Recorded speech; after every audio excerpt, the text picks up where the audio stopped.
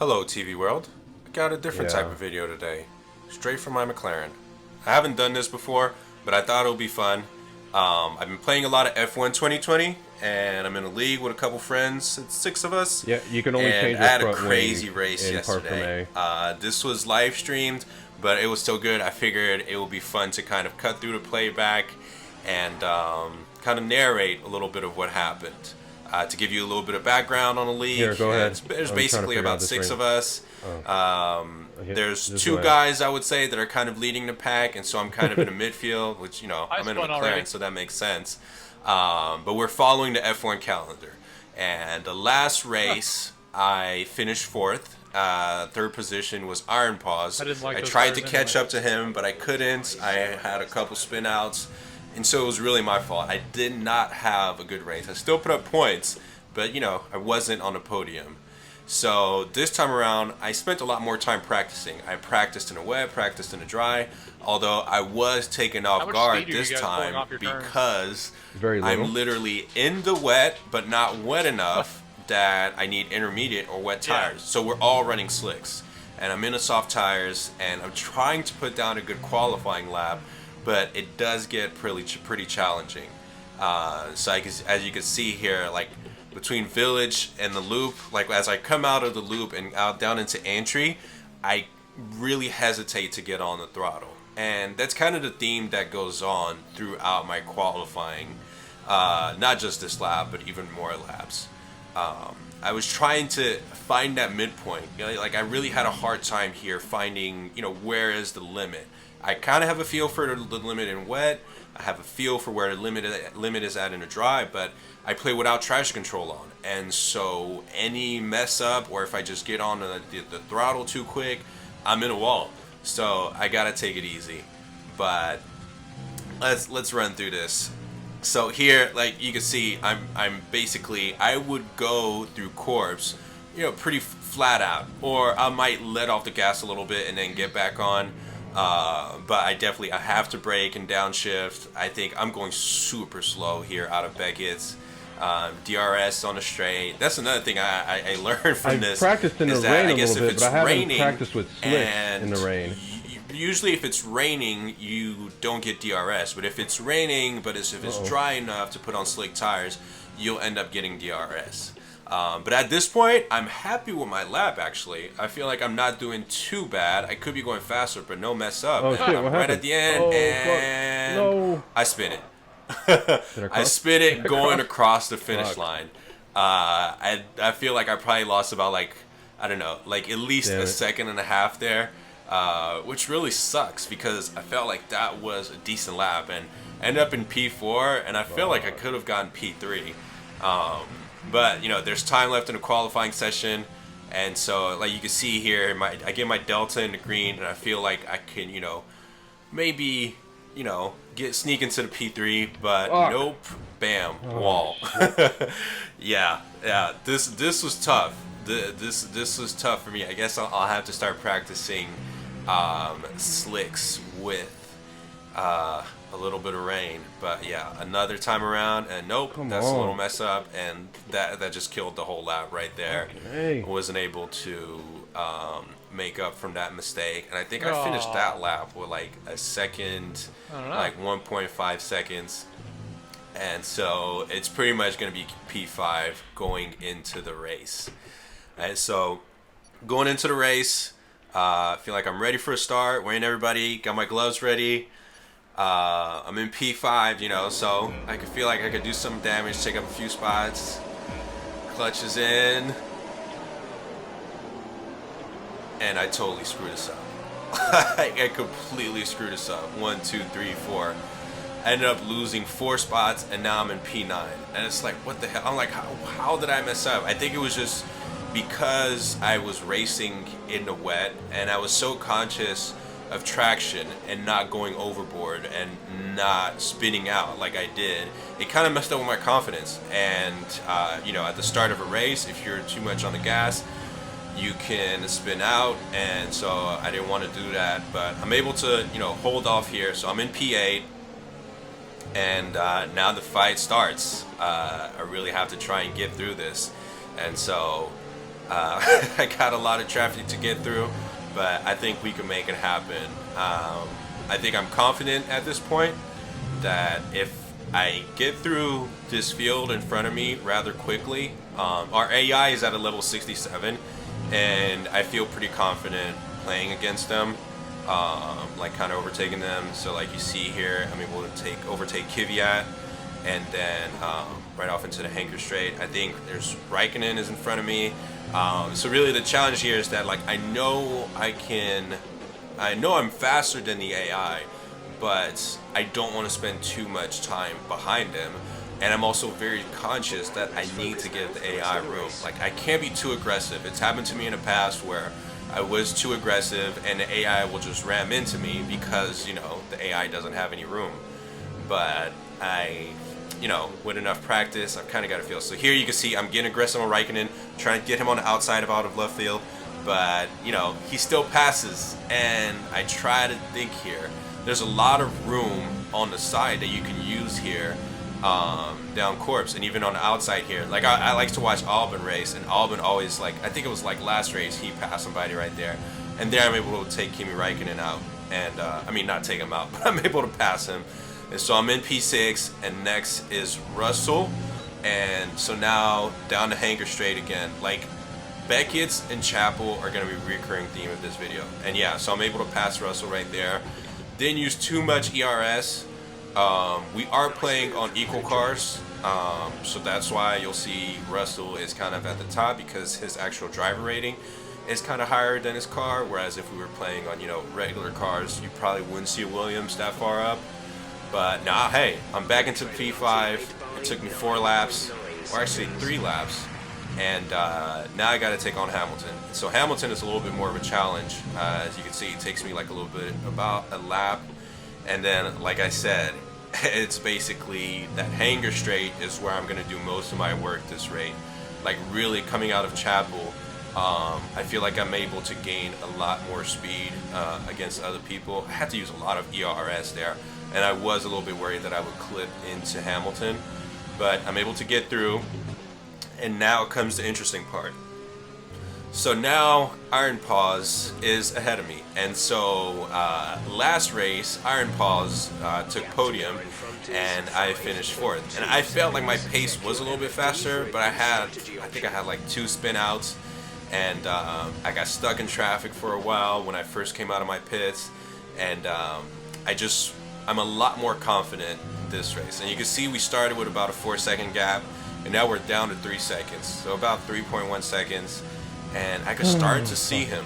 And at this point, I realize I have, about 18 laps left, and so I feel like I have enough time to catch him. And so I'm starting to be a little bit more conscious of managing my ERS, managing my fuel. Don't want to run out, because if I run out of ERS, I know that's going to kill me. Don't want to run my fuel out, because again, that's going to help me a lot in the straights. And so I'm just looking for basically ways to close that gap. And now you can see, now I'm under 3 seconds, but he just pitted. So now I'm kind of at this point here where he hit the pits. I have nobody in front of me. Status. So as you can see, I'm getting some green sectors, and now my pit window is opening up, and I'm thinking about staying out a little bit longer, but I decide to play it safe. Like, I think Jeff gave me a strategy a few laps earlier, but I can't trust Jeff right now. The little alternate strategies that come up are just so sketchy. It's not even worth me opening them up. And so now I'm pitting. I also play with manual pit entry, and I felt like I lost like at least a second going into the pits. And so I'm hoping that Iron Paws is stuck in traffic, and there's a chance I could come out in front of him. And wishful thinking, but he just pops up on my radar right there, and he passes me as soon as I come out of the pits. And so now we're back out, back into Village, going into the loop, and this is still a hard area. You saw me spin out earlier in qualifying, and I just take it too wide. I don't spin out, but I take it too wide. And so I'm like, crap. Now I'm back to 4 seconds, 4.5 seconds, and so I know I got to get my stuff together. And so I lose a couple laps, but eventually I'm able to pull myself together, and now we're getting back competitive again. So now back up to 3 seconds. Now he has that gap on me, and I just know once I go through this a sector of the track, Beckett's, I just got it down. Beckett's to Chapel, I know I can close it in. And so now you can see 2.5 seconds, 2.7 seconds, and it's like this. Like, I have to really stay focused, because each lap I know that if I can stay consistent, I will gain on him within that sector. Another thing to consider is the fact that he pitted before me, and so I don't know if this plays a factor, but I'm on fresher tires. I have about, I think, 2 or 3 laps fresher tires on him, and so that might play a role into this. Then again, we play on 50% race length, so not too sure if it's as much of a factor at that point. Like, I didn't really have that much tire degradation by the end of the race, or tire wear I should say. But yeah, we're 1.3 seconds, and so it's starting to get close. It's starting to get close, but it still takes me time. He's fighting me off. He's doing a really good job driving, and so I'm trying to manage my fuel, you know, trying to stay close of him. I want to save up my ERS for the right time, but I know that I can't let him get away. So you can see I'm starting to build ERS here, like 40 seconds, going down to 40% going down to hanger straights is pretty good. Here we are at lap 16, 1.3 seconds. Can I get under 1 second at the DRS zone? And I think I do. So then again here, coming out, DRS right there. And so back into the Wellington straight, trying to get on him. I know I gotta play it safe. Now that I'm within 1 second, I want to stay within 1 second, and I want to creep in on that 1 second. So I don't want to use all my overtake, all my fuel just yet. Coming out of left field, I know I gotta stay tight. Trying to get on the gas early. Don't want to spin out. Still using my ERS. I'm still about 40% coming out of left field, so which is good. And then it's back to my favorite sector. And so here, I think at this point, I was starting to a little bit feel the pressure when I saw that there was 10 laps left. So you could see me start to go flat out on course. But you could say he has the little mishaps where he gets into the dirt. I get into the dirt as well, but then not too bad. But I'm still able to keep him within 1 second. So you can see 7 tenths. And I know if I could stay there, 6 tenths, 5 tenths. Like, I was really just gaining. I think it was like the way I was executing that corner. You can see he starts to go off track a little bit here. And so it could be that the pressure is starting to get to him. I've been in his position before, and I've definitely had a hard time, you know, finding that braking zone when somebody is breathing down your neck. Here, I let off the gas here. I could pull flat out on corpse, but right at the start, that's a different story. Coming out of village, so I'm still, I think I lose time here, and so that's why it's taking me a little bit longer to get out, just because getting out of the loop, I've spun out so many times that I'm a little bit hesitant, and but I know I can get him later. And so here we both go wide. we're really fighting, it's crazy. And here, going into left field, I'm a little bit wider than I would like, but he's still within half a second. I don't have as much ERS here, and I know this is not where I want to overtake him. So I play cool, flat out into corpse, and look at that. We're getting so close, but I'm staying safe. I'm not, see, I could have tried to take him over right there, but I let off the gas. And then right here, bam. Chapel, that's my corner. Finally able to get past him. A battle that started almost, what was it, 5 laps ago, finally able to pull through. But now it's not over. Now I have to play defense, and I have to make sure he doesn't get in front of me, because he's at about 1.3 seconds here. But keep in mind, my favorite section was getting out of Chapel and Beckett's. Right, but where I'm losing a lot of time is village and the loop. And so I know that, you know, there's that DRS right there on the Wellington straight where he can very much so overtake me at any time. And in fact, he does. He gets within 1 second of me in the detection zone, so he's gonna have DRS on the straights. See, I lost about half a second. I had half a second gap, but he's gonna have DRS, and so here like I have to push it. I have to use some of the overtake. I have to go rich on a fuel mixture. I try to get back lean here. I do a good job going into this next corner, going into left field, and so I'm able to hold him close. But as you can see here, it's the same thing every time. Going village, going into the loop. He's within half a second, and he tried to get past me right there, but he pulled out at the last second. You can see that double red arrow. So it got close, but I just have enough power, enough energy storage to actually beat him on a Wellington straight. That was like my main area of concern. And now you can see a couple laps later, lap 24, I'm able to finally start to put a gap between me and him. I don't know if it was just me being consistent or if he might have had a mishap at one point. But at about 1.8 seconds, once I got him out of my DRS detection zone, or within that gap, I started to feel a little bit more comfortable. And from there, I think I was finally able to breathe a little bit. Not fully breathe, because I know that I can spin out at any time. But I have a decent amount of fuel left. Actually, I have a lot of fuel left. I'm at +1 in my target, so I can go rich. Really, I can start going rich right now for most of the race, since there's only 2 laps left. But at the same time, I know I'm playing it safe. I do not want to mess this up. So you can see I'm starting to pull back a lot here, going through corps. But then, yeah, at the end of the day, I was able to bring it home. No spin outs here.